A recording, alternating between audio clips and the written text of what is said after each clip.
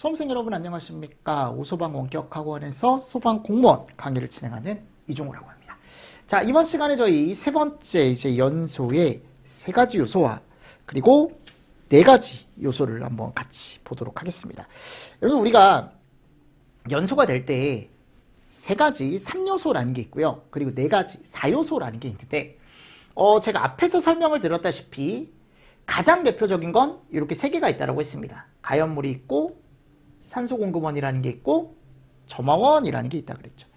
자, 세 개니까 3요소가 있는 거야, 말 그대로. 맞죠, 여러분들? 세 개니까 3요소가 있는 거죠. 그래서 앞에서 틀림없이 제가 설명을 드렸습니다. 자, 근데 이거 외에 하나가 더 추가가 되는 경우가 있는데, 걔 이름이 뭐예요? 연쇄 반응. 그래서 3요소에 연쇄 반응이라는 게 추가가 되는 경우가 있습니다. 그러면 연쇄 반응이라는 건 뭐냐?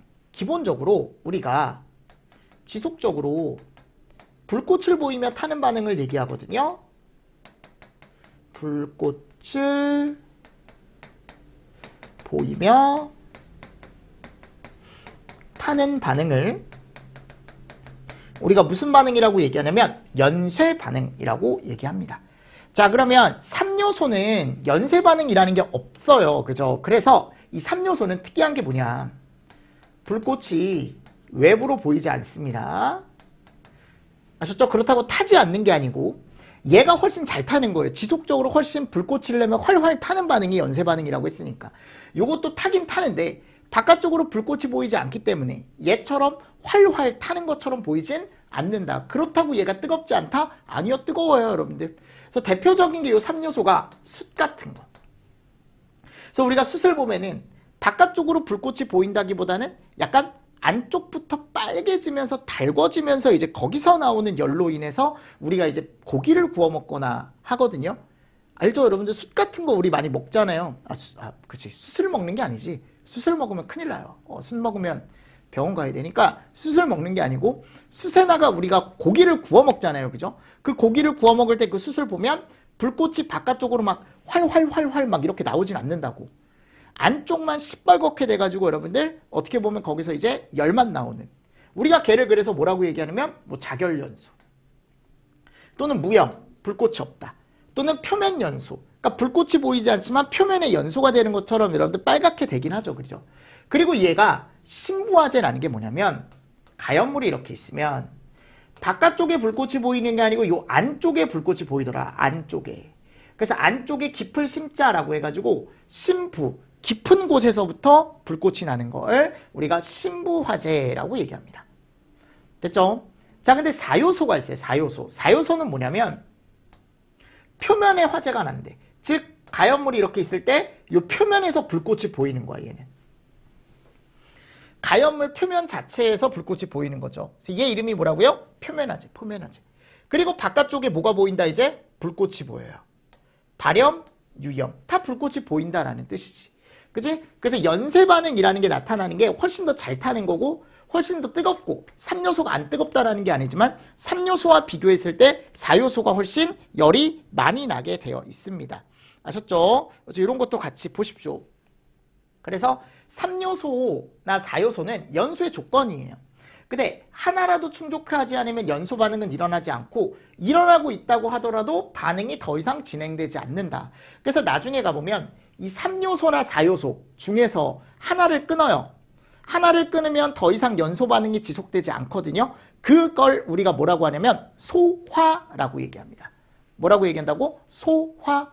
불을 소멸시킨다. 소화라고 얘기해요. 되게 중요한 여러분들 어떻게 보면 얘기입니다. 그래서 연소의 조건은 알고 계셔야 돼요. 이런 것들은 한번 읽어보세요. 나중에 이걸 끊는 걸 소화, 조건을 끊는 걸 소화라고 얘기합니다. 그래서 3요소는 심표무작, 4요소는 표불유발. 앞글자 따서 얘를 표현하는 단어들도 같이 알고 계셔야 돼. 아셨죠? 표현하는 단어들도. 됐죠? 자, 그리고 나서 이제 연소 반응에서의 분자 충돌 이론이라는 게 있는데, 자, 요거는 이해를 살짝 하셔야 되는데, 제가 아까 연소 반응은 고체, 액체, 기체 중에 여기서 발생한다 그랬죠. 기체 쪽에서. 근데 이 기체가 하나하나 기체 분자들이 되게 자유로운 애들이라 내가 조금만 어떤 영향을 주더라도 자기들끼리 되게 잘 움직이거든요. 그럼 걔네들이 움직이다가 둘이 충돌을 해요. 그 충돌을 하면 거기서 뭐가 나와요? 에너지가 나와요. 그럼 그 충돌이 많아지면 많아질수록 연소 반응에 필요한 활성화 에너지가 더 잘 만들어지거든요. 그래서 충돌이 많으면 에너지가 더 잘 나오는 거고 그러면 불이 더 잘 나요. 아셨죠? 그래서 이 충돌과 더불어 에너지가 발생한다라는 거. 그럼 이 충돌이 많으면 연소가 잘 발생한다라는 것까지 알고 계셔야 돼요. 이 되게 중요한 얘기입니다. 그래서 보세요. 화학 반응이 일어나기 위해서는 반응물 또는 분자들의 충돌, 특히 분자, 기체 분자들의 충돌이 있어야 되는데 화학 반응물 또는 분자의 충돌은 반응을 일으키기 위해 적합한 방향이어야 된대. 이게 무슨 말이냐면 내가 예를 들어 얘네들이 이렇게 가고 이렇게 움직이긴 했어요. 근데 둘이 뭐를 했어? 충돌을 안 했죠. 근데 얘네들은 움직여서 충돌을 했죠. 이런 충돌이 일어나야 된다는 거야. 그러니까 이 방향도 이렇게 엇갈리면 안 된다는 거죠. 그래서 이런 적합한 반응이 아니면 화학 반응은 또 일어나기 어렵대요. 그러니까 우리가 기본적으로 이 충돌은 뭐는? 충돌은 여기 다 충돌하고 있죠. 여기는 충돌은 이꼬르 에너지가 많이 나온다라고 생각하시면 돼요. 자, 그리고 제가 아까 그랬죠? 화학 반응을 위해 필요한 최소한의 에너지를 뭐라고 얘기한다고? 우리는 활성화 에너지라고 얘기하는데 활성화 에너지보다 큰 에너지를 가지고 있는 분자들, 즉 얘네들이 이미 에너지를 충분히 가지고 있는데 얘네들이 이제 뭐를 했을 때 거기서 충돌을 했을 때 더 큰 에너지가 나올 수 있다는 거죠. 그래서 반응이 진행되기 시작한다. 그러니까 이 충돌이라는 게 되게 중요한 개념이라고 하셨죠. 그러면 여러분들은 요 아래에 있는 걸 잘 보시면 돼. 위에 있는 건 참고로 보시고. 자, 보세요. 가연물 농도가 증가했대요. 그러니까 내가 예를 들어 처음에는 기체가 요만큼 있었는데 내가 여기다가 탈 수 있는 기체를 더 넣은 거죠. 이렇게 요만큼 더 넣은 거죠. 그러면 얘네들과 얘네들 이 초록색 분자와 빨간색 분자 사이의 거리가 어떻게 됐어요? 지금 좁아졌죠. 좁아졌잖아요. 여러분들 이게 좁아졌잖아. 그럼 서로 간에 뭐가 잘 돼요? 이제 충돌이 잘 일어날 수밖에 없죠. 그럼 그 충돌에 의해 거기서 뭐가 나온다고요? 에너지가 나온다고요. 그러면서 얘가 이제 불이 붙기 시작하는 거야. 그러니까 농도가 증가하면 충돌 횟수가 증가합니다. 그럼 반응 속도가 빨라진대. 그 반응 속도는 당연히 무슨 속도? 연소 반응 속도가 되겠죠. 그죠? 연소가 반응하는, 그죠? 연소 속도가 빨라질 수밖에 없다라는 거 하나 잘 보시고. 자, 그리고 이번에는 온도가 증가했대. 그럼 운동량이 증가해서 반응 속도가 증가한대. 그러니까 이게 무슨 말이냐면 내가 예를 들어 분자가 이렇게 있는데 얘를 불을 붙여요. 그럼 얘가 온도가 올라가면 뜨거 하면서 움직이기 시작한다고. 그럼 움직이면 옆에 있는 애들하고 어떻게 돼요? 부딪히겠죠. 이 충돌에 의해 에너지가 나오니까 반응 속도가 증가할 수밖에 없다고요. 기체들이 온도에 되게 민감해요. 뜨겁게 하면은 뜨거 하면서 움직인다고. 뜨거 하면서 바깥쪽으로 막 이렇게. 아셨죠? 그래서 이런 것들을 한번 잘 보시고. 압력이 증가했대. 압력이 증가했다라는 건 이런 양이 있을 때 내가 얘를 누르는 거죠. 누르면 요 빨간 분자들 분자가 분자 간의 사이가 어떻게 돼요? 좁아지죠. 좁아지면 자기들끼리 또 뭐를 하기 시작해? 충돌을 하기 시작하죠. 맞습니까? 자, 그리고 그러니까 이런 것들을 한번 읽어보시라는 거예요. 내 말은. 표면적이 증가했대. 자, 분자가 요만한 애들이 있고 이만한 애들이 있다. 개수는 똑같아도 얘가 훨씬 면적이 크죠. 그럼 면적이 크면 산소와 닿기도 쉽고 불과 닿기도 쉬워요. 즉 연소가 되기 쉬운 거죠. 무슨 말씀인지 아시겠습니까? 그래서 반응 속도가 어떻게 된대요? 빨라진대. 됐죠? 자, 그리고 정촉매 작용을 하면 정촉매라는 건 활성 에너지가 낮아지는 반응이에요. 그럼 반응 속도가 어떻게 될까요? 빨라지죠. 무슨 말씀인지 아시겠죠? 반응 속도가 빠르다. 부촉매 작용이 되면 활성화 에너지가 커져서 반응 속도가 어떻대요? 느리대요. 그죠? 이런 개념도 같이 한번 정도 보시면 좋겠죠. 됐습니까? 네, 무슨 얘기인지 아시겠죠? 그러니까 여기는 약간 이해가 좀 필요한 내용들이에요. 지금 이해가 좀 필요한 내용들이기 때문에 이해를 좀 잘 하셔야 됩니다. 이해를 하셔야 나중에 갔을 때 공부할 때 조금 더 편해요. 아셨죠? 그러니까 챕터 1도 그렇고 챕터 2도 그렇고 이런 이해를 좀 바탕으로 하는 내용들이 좀 있기 때문에 같이 잘 보셔야 되고, 자, 그럼 이제 제가 3요소와 4요소를 제가 여러분들하고 얘기를 했었잖아요. 그럼 3요소와 4요소 중에 그 중에 하나인 가연물을 한번 볼게요. 뭐요? 가연물. 왜냐면 이거를 이제 하나하나 봐야 되거든요. 그럼 가연물은 연소가 가능한 물질이에요.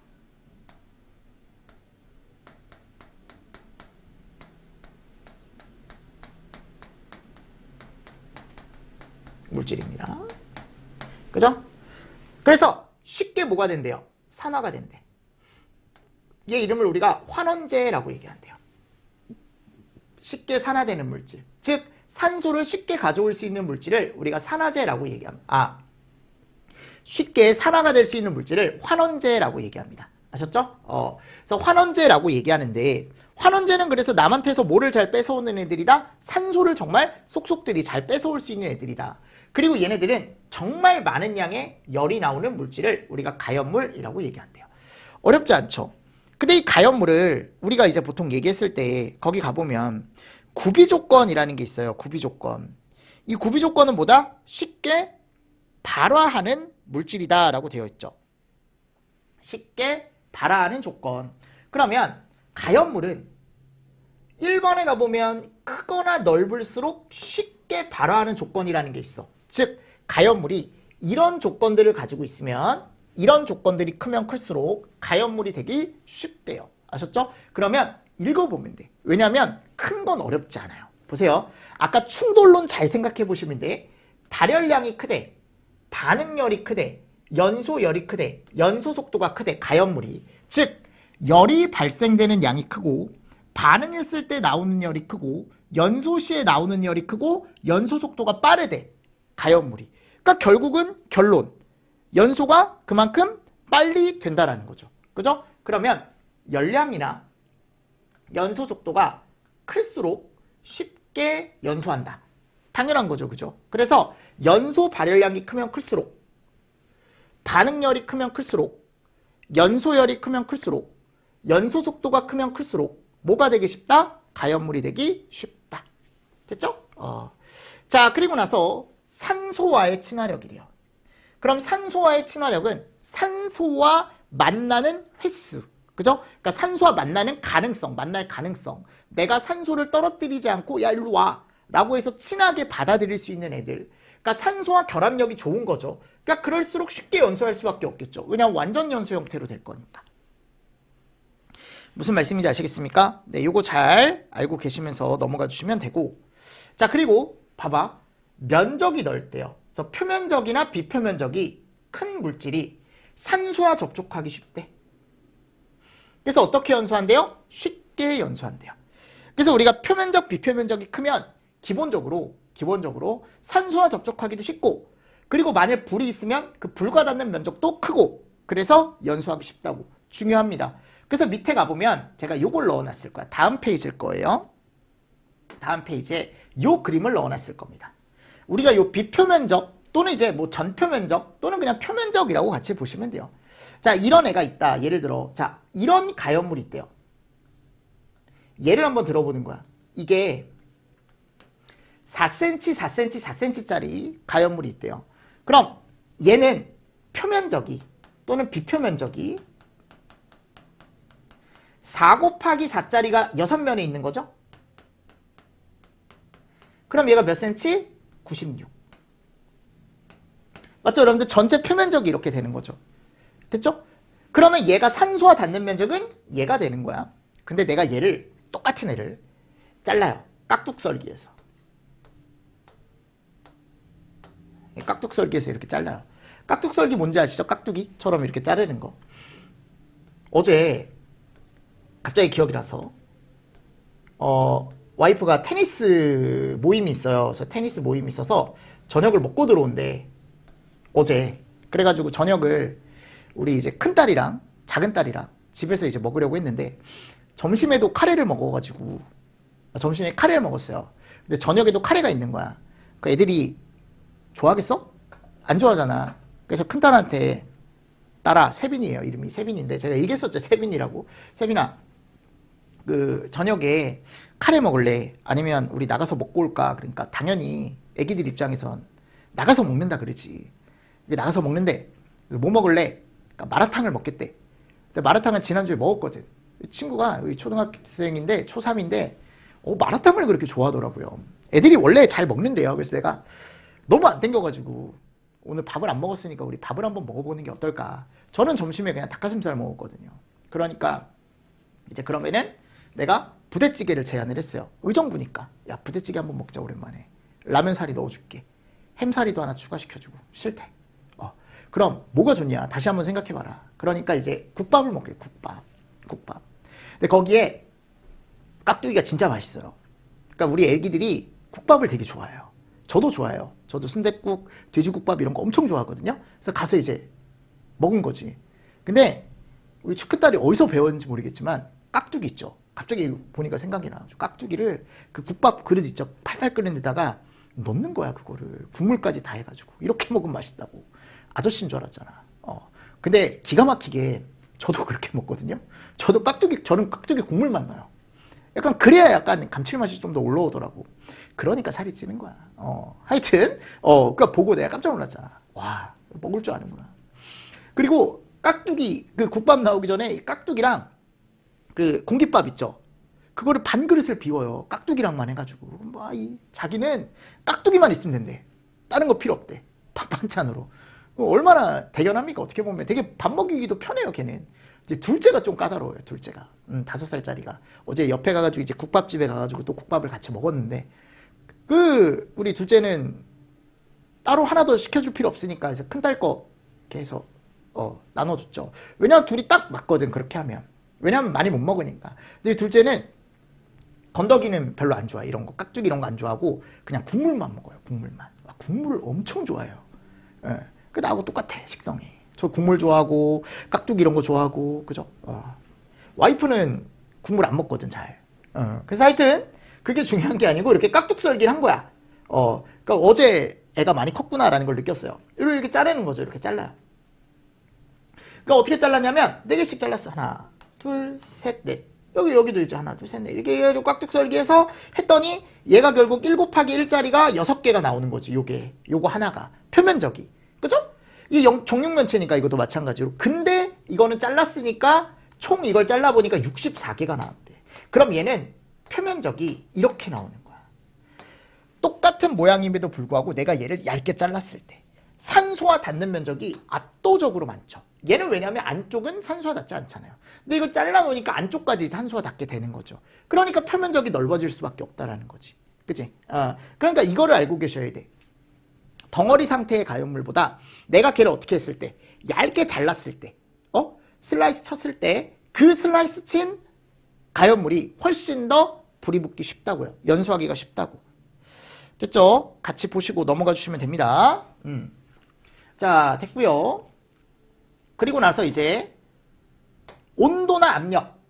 온도나 압력은 온도가 올라가면 기체 분자의 운동량이 증가해요. 압력이 늘어나면 분자 간의 거리가 짧아져요. 그러면서 뭐가 잘 된다고? 충돌이 잘 된다고. 그치? 연소 범위. 연소 반응을 일으킬 수 있는 농도가 넓을 때. 그러니까 내가 예를 들어 나중에 연소 범위라는 걸 배워요, 우리가. 뭐 어떤 A 가염물은 연소 범위가 5에서 15%래. 어떤 가염물은 뭐 예를 들어 2.5에서 81이래. A라는 가염물이 있고 아직 안 배웠으니까 우리가 연소 범위를. B라는 가염물이 있대요. 그럼 얘는 5에서 15% 범위 안에 농도에서 불이 붙는 거고 얘는 2%에서 81% 범위에서 불이 붙는 거거든요. 그럼 얘가 범위가 훨씬 더 넓은 거잖아. 이게 훨씬 잘 타는 거야. 자, 화학적 활성도. 화학 반응이 잘 일어날수록 쉽게 연소가 된다. 화학 반응이 잘 일어날수록 쉽게 연소가 된다라고 되어 있죠. 그죠? 자, 다음 증기압. 증기압이 클수록 기체로 변하려는 분자가 많은 걸 의미하고 클수록 쉽게 연소한다. 그러니까 내가 예를 들어 여기 가염물이 이렇게 있는 거야. 뭐가 있어요? 가염물이 이렇게 있는 거야. 그럼 이 가염물은 열분해가 돼서 뭐 액체든 액체든 고체든 마지막에 최종 상태는 기체라 그랬죠. 그럼 이게 결국 열분해가 돼서 기체가 돼야 되는데 이 기체로 변했을 때 이 기체 압력, 걔를 우리가 뭐라고 한다? 증기압. 즉 이 증기압이 크다라는 건 기체가 많이 나온다라는 거야. 열분해 가스가. 즉 걔는 뭐가 잘 된다? 연소가 잘 된다라는 거지. 열분해가 잘 된다라는 거니까. 아셨죠? 건조도. 자, 물에 젖은 가연물보다 말라있는 가연물이 더 잘 타요. 그거는 뭐 당연한 거고. 됐죠? 자, 그리고 두 번째, 작을수록, 낮을수록, 이번에는 클수록이 아니에요. 넓을수록이 아니고. 자, 활성화 에너지는 작을수록 쉽게 연소한다. 앞에서 배웠죠, 요거는. 요거 알고 계셔야 돼. 열 전도율. 자, 요거는 내가 예를 들어 가연물이 이렇게 있는데 여기 불을 줬대요. 근데 이 가연물이 열 전도가 크대. 이건 가연물의 특징이에요. 열 전도를 잘 시키는 가연물이래. 이게 무슨 말이냐면 열이 오더라도 이 안쪽에 열을 축적시키는 게 아니고 옆으로 잘 토스를 해준다라는 거야. 열 전도가 잘 된다라는 거. 그럼 이 안에 열이 쌓여요, 안 쌓여요? 안 쌓이죠. 안 쌓이죠. 그죠?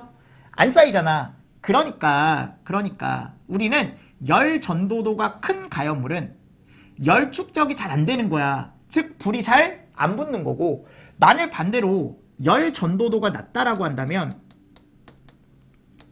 열 전도도가 낮으면 들어왔을 때 열이 안쪽에 계속 축적이 되는 거야. 축적. 그러면서 얘가 불이 붙겠죠. 맞습니까? 걔를 그래서 우리가 열 축적이 잘 된다라고 얘기한다고요. 즉 열 전도율이 작은 애가 열 축적이 잘 되는 거야. 됐죠? 자, 그리고 디귿번. 비열, 열 용량이 작을수록 작은 열에도 1도가 쉽게 올라간다. 이거 우리 했었잖아. 그치?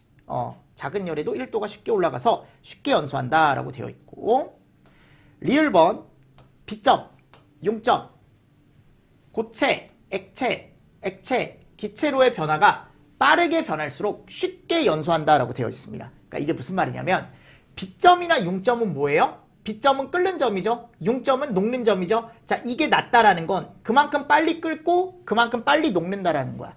그러니까 그만큼 빨리 액체가 기체가 될 수 있고 그만큼 빨리 고체가 액체가 된다라는 거죠. 그죠?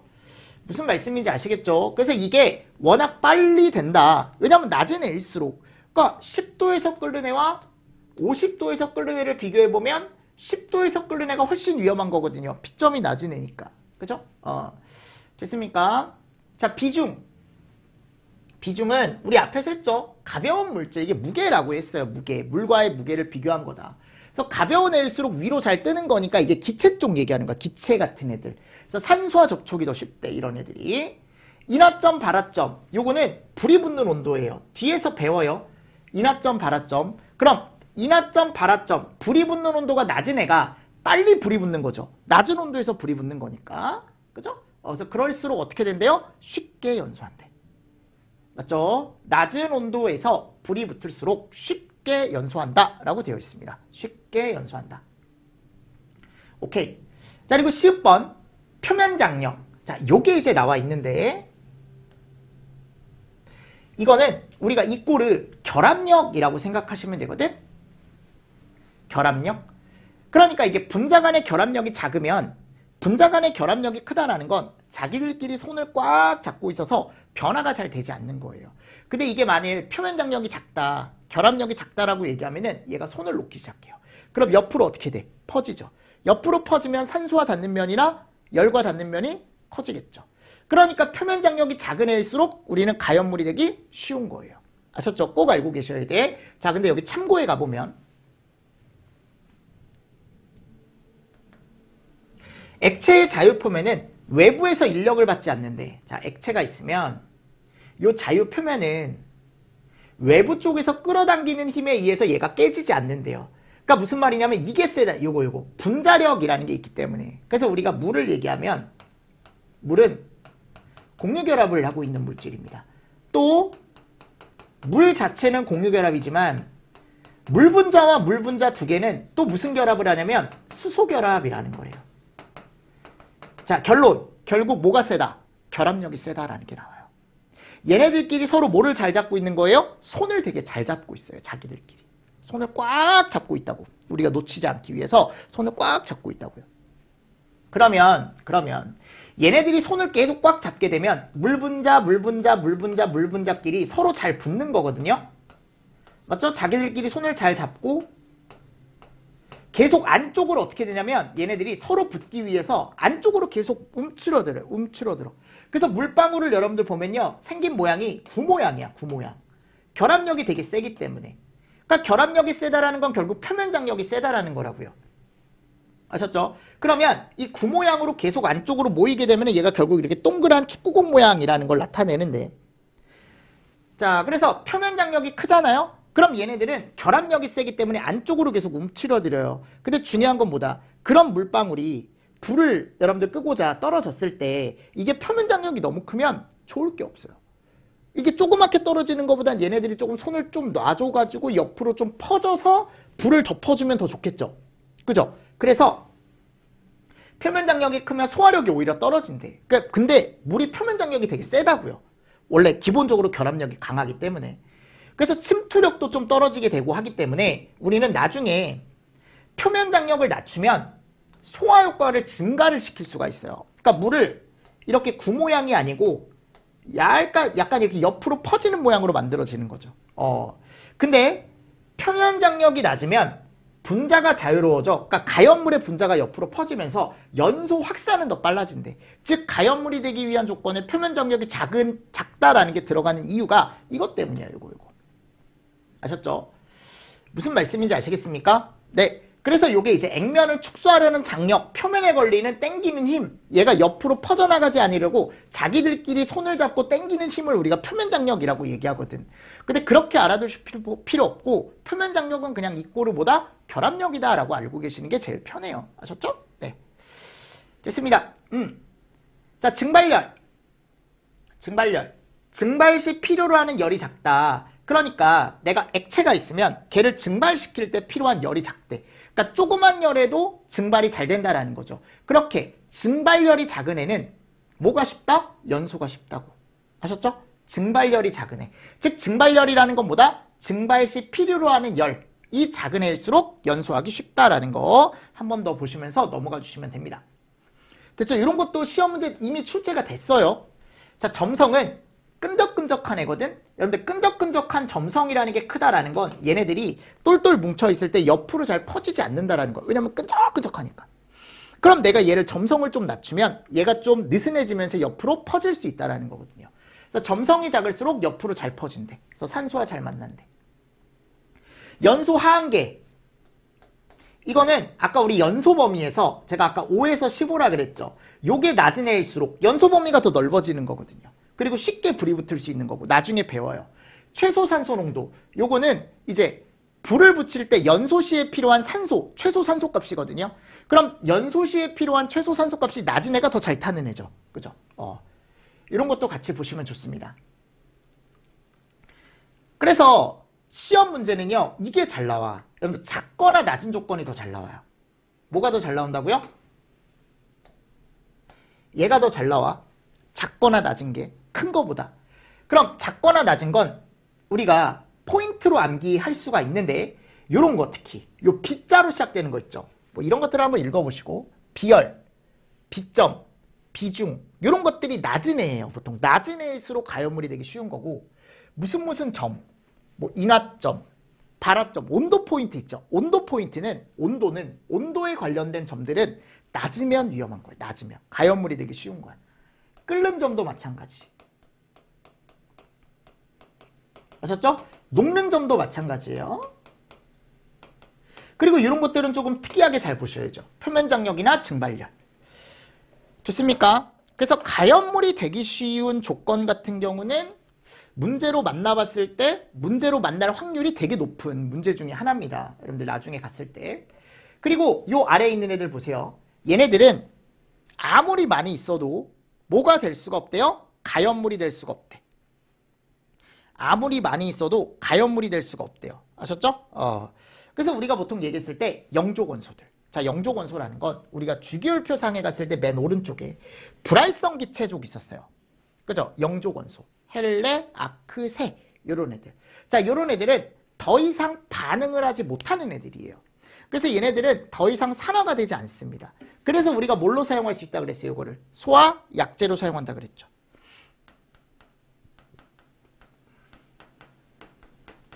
자, 완전 산화물 이런 애들은 더 이상 산소와 반응하지 않는 애들. 즉 산화가 끝난 애들 이미. 그래서 대표적으로 요거 동그라미 칠게요. 요 두 개. 물과 이산화탄소는 더 이상 산소와 만날 수 없는 애들이기 때문에 우리가 완전 산화물이라고 해가지고 완전 산화물이라고 얘기해가지고 뭐라고 얘기한다? 우리가 더 이상 산소와 반응할 수 없는 애들이다. 즉 타지 않는 애들이고 가연물이 될 수 없는 애들이다. 산화알루미늄, 산화기소, 오산화인, 삼산화황 이런 애들도 있지만 자 CO, 일산화탄소는 산소와 얘는 추가적으로 산화가 가능합니다. 그래서 얘는 완전 산화물이라고 해가지고 더 이상 산소와 반응할 수 없는 애들. 그죠? 자, 그리고 산화 반응이 무슨 반응인 거? 흡열 반응인 거. 그러니까 산화를 하는데 산화할 때 발열이 아니고 뭐를 한대요? 흡열을 한대. 빨아들인대. 그죠? 그래서 대표적인 게 요거. 이름이 뭐예요? 질소. 그리고 물질 자체가 연소를 하지 않는데. 돌이나 흙, 요런 애들. 요런 애들은 가연물로서 역할을 못하죠. 그죠? 맞습니까? 네. 그래서 이런 것들 같이 좀 보시면서 넘어가 주시면 좋다. 그래서 지금 가연물을 좀 한 거예요. 이게 가연물이 시험 문제가 제일 잘 나오거든? 가연물이 시험 문제가 제일 많이 나왔어요. 아셨죠? 자, 그리고 이제 나머지 뭐 산소 공급원이라던가 뒤쪽에 가보면 점화원 이런 거 있어요. 그럼 우리 산소 공급원을 간단하게 좀 봅시다. 그럼 먼저 정의부터 볼게요. 자, 산소 공급원은 일단 이거를 알고 계셔야 돼. 요거. 우리가 공기에 산소가 들어있다 그랬잖아요. 근데 그 산소 부피비가 이게 부피비라고 얘기하거든 보통 21%라고 얘기를 해요. 근데 이거를 15% 이하로 떨어뜨리면 연소는 발생하지 않습니다. 아셨죠? 그래서 우리가 얘를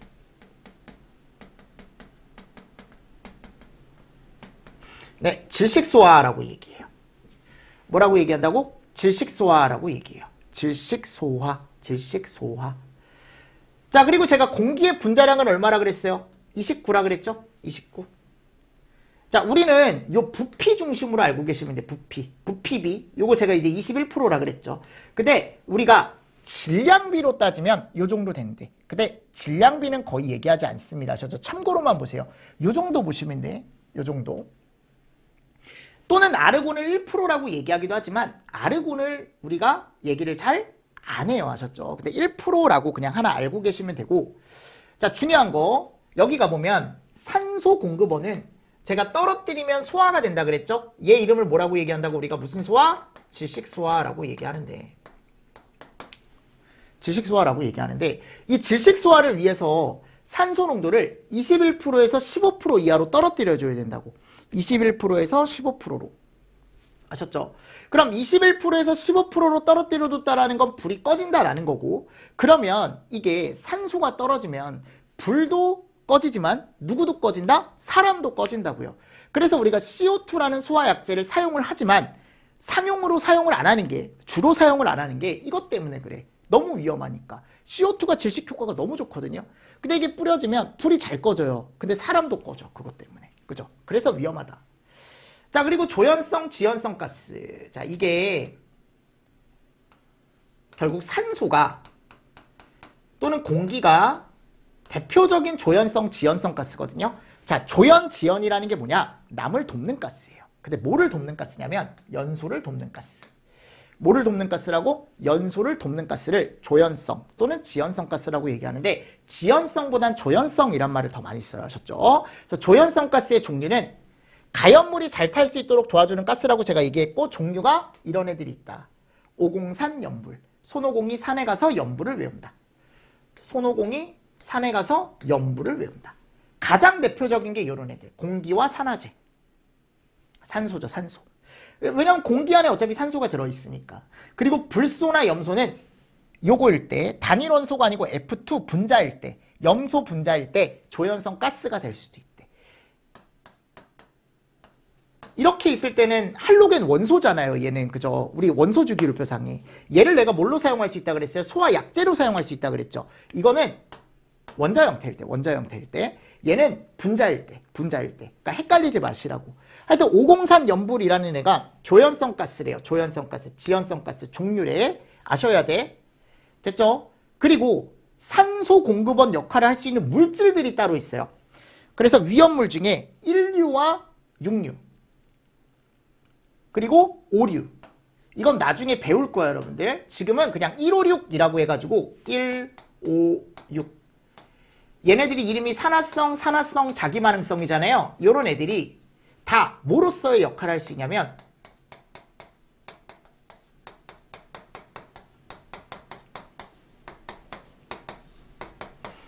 얘로서의 역할을 할 수 있다는 거. 알고 계셔야 됩니다.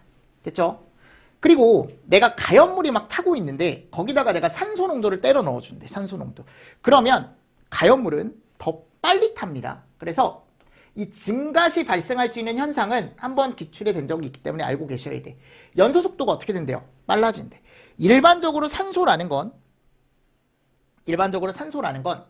연소에 도움을 주는 가스입니다. 하셨죠? 그래서 연소 속도가 어떻게 된대요? 빨라진대요.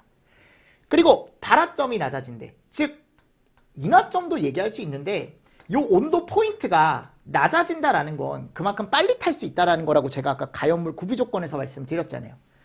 그리고 불의 온도가 높아진다. 그리고 아까 연소 범위 넓어진다. 연소 범위가 넓어진다라는 건 원래 요만큼의 연소 범위 탈 수 있는 가능성이 있어야 되는데 이게 더 넓어진다라는 거죠. 그러니까 타기 쉬워진다라는 거지. 그리고 점화 에너지나 활성, 이거 앞에서 배웠죠? 활성화 에너지가 작은 게 더 잘 타는 거라 그랬어요. 더 잘 타게 된다라는 거죠.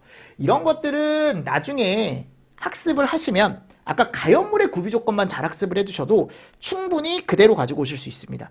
결국 산소 농도가 증가하면 어떻게 된다라는 거야? 더 잘 탄다라는 걸 얘기하는 거죠. 더 잘 탄다라는 걸 얘기하는 겁니다. 네.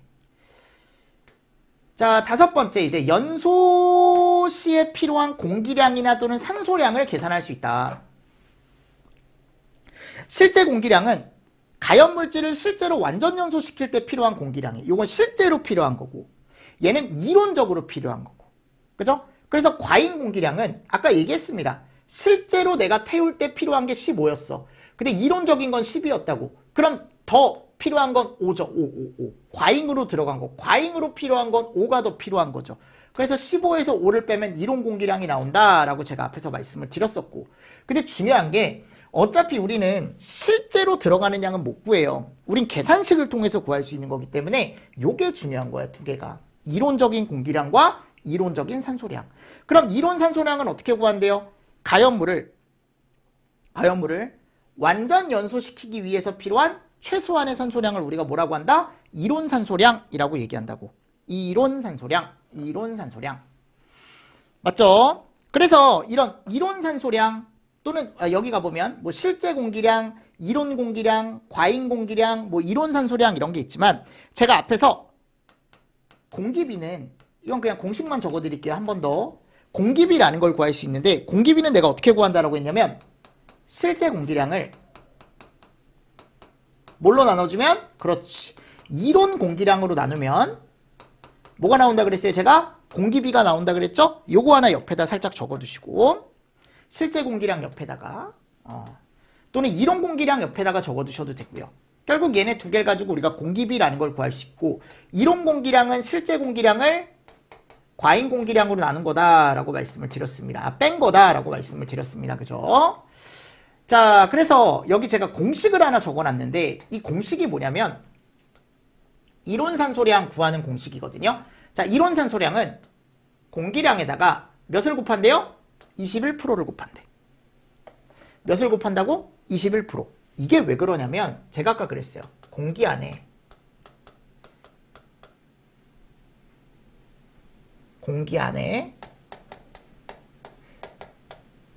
이 뭐 쓰는 게 산소는 21% 있다 그랬죠. 그 얘는 100%예요.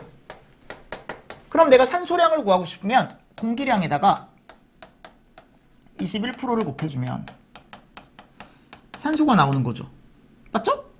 무슨 말씀인지 아시겠죠? 그럼 내가 공기량을 구하고 싶어. 21%로 나눠주는 거죠. 그거야 여러분들. 근데 이게 백분율로 나타내면 이런 식으로 0.21로 쓸 수가 있다고요. 그래서 이거를 하나 가져가셔야 돼. 시험장 갈 때. 이건 왜냐하면 시험 문제가 나온 적이 있어서. 그리고 이거는 제가 참고 문제를 하나 넣어놨어요. 자, 기출 문제는 아니지만 옛날에 나왔다라고는 하는데 정말 옛날에 나온 것 같아요. 그래서 그냥 참고로 한번 보시는데 보세요. 메탄 10메타 3승이 완전 연소를 위해 공기를 120메타 3승을 넣어줬대요. 맞죠, 여러분들? 120 메타삼승을 넣어줬대. 그랬더니 공급비는 얼마냐 그랬어요. 그죠? 근데 이 공급은 실제로 공급한 양이거든요. 그래서 얘가 실제 공기량이야, 실제 공기량. 됐습니까? 그럼 실제로 공급한 양이 이거고, 우리는 이론 공기량을 계산식을 통해서 구할 수가 있는데,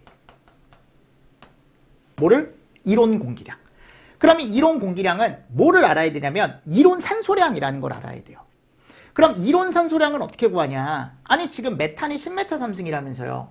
그럼 메탄은 완전연소 반응식에 가보면 지금 여기 완전연소라고 했으니까 산소 몰수가 2였거든요. 그럼 얘가 10이면 얘가 10이 필요하면 얘는 얼마가 필요하다라는 거예요? 20이 필요하다라는 거거든. 20. 맞습니까? 그래서 이론 산소량이 20이 나오는 거야. 20. 그러면 이론 산소량을 20을 몇으로 나눠주는 거냐면 0.21로 나눠주면 이론 공기량이 나와요. 그러니까 이게 21분의 100이 결국 이거하고 똑같은 거예요. 여러분들 100분의 20이라고. 그러니까 이게 왜냐면 100분의 21분의 이게 표현을 내가 이렇게 해놔서 조금 헷갈릴 것 같더라고요. 여러분들이. 20. 그럼 얘가 이제 번분수라는 걸 통해서 얘분의 얘. 그죠? 똑같은 거거든. 결국. 그래서 이게 이제 얼마가 나온다? 95.2가 나온다고요. 요게 그래서 이론 공기량이 나오는 거야. 이론 공기량. 그럼 이론 공기량, 실제 공기량 나왔죠. 그럼 제가 아까 뭐라 그랬어요? 우리가 보통 얘기하는 공기비는 실제 공기량을 이론 공기량으로 나누면 된다라고 했으니까. 해서 이런 문제가 1.16이라고 해서 나오는 거죠. 이런 문제는 조금 어려운 문제죠. 그죠? 그래서 좀 많이 여러분들이 학습을 하시고 문제를 한번 풀어보시면 문제를 나중에 푸실 수가 있을 겁니다. 아셨죠? 됐죠? 그리고 제가 아까 지난 시간에 앞에 문제 안 푼 게 있다 그랬는데 안 풀고 그냥 넘어왔죠. 네. 원래 걔부터 풀고 했어야 되는데 한번 풀어보겠습니다. 자, 페이지 11페이지가 보면 요거 있어요. 요거 한번 봅시다. 요거.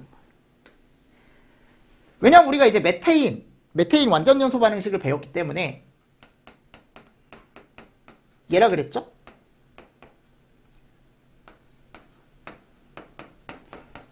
얘가 완전연소 반응식이다. 그죠? 자, 근데 지금 보세요. 표준 상태래. 표준 상태는 얘죠. 메테인 2몰이 얘가 2몰이네요. 그럼 보세요. 원래 우리가 알고 있던 메테인은 1몰 공식이었는데 지금 2몰이래. 그럼 얘가 몇 배가 되냐면요. 2배가 됩니다. 원래 1몰일 땐 2였는데 요게 똑같이 2배가 됐죠? 그럼 여기도 2배, 여기도 2배, 여기도 2배가 되는 거야. 그럼 결국 4몰이 필요한 거니. 4몰. 산소는. 완전연소시에 필요한 몰수가 4몰이 되는 겁니다. 근데 이 4몰이 필요하대. 근데 이거를 몰이 아니고 부피로 구하래요. 그럼 뭐를 알아야 될까? 아보가드로. 모든 기체는 1atm 0도씨에서 최적이 몇 리터로 동일하다? 22.4리터로 동일하다 그랬죠? 그럼 요걸 곱해주는 거죠. 그래서 몇? 89.6. 이런 건 모의고사 때 우리가 다 풀어봤어요. 그래서 이런 문제는 뭐 나왔는데 어려운 문제는 아니었습니다. 어려운 문제는 아니었다라고 저는 생각을 합니다. 이게 이제 뭐다? 우리가 보통 얘기하는 산소 공급원에 대한 얘기입니다. 자, 이 문제는 여러분들 풀어보시고 모르시면 저한테 물어보세요. 하셨죠? 물어보시면 제가 다시 한번 설명을 드리도록 하겠습니다. 자, 그리고 마지막 이제 6번째. 마지막이 아니죠. 왜냐하면 연쇄 반응이라는 게 또 있으니까 점화원이라는 게 나오죠. 뭐 열원, 착화원, 발화원, 그리고 결국 얘가 활성화 에너지를 주는 애야. 점화원이. 아셨죠? 그럼 이 점화원의 정의부터 해서 이거는 조금 쉬었다가 제가 또 설명을 한번 드려보도록 하겠습니다. 그래서 이번 시간에는 제가 일단은 산소 공급원까지 했고요. 여러분들 복습 철저히 하시고 모르시는 거 있으면 그때그때 물어보십시오. 하셨죠? 댓글로 물어봐 주셔도 되고요. 아니면 카톡방 들어오셔서 물어봐 주셔도 되고. 됐죠? 네, 이번 시간도 여러분들 수고 많으셨습니다. 수고하셨습니다.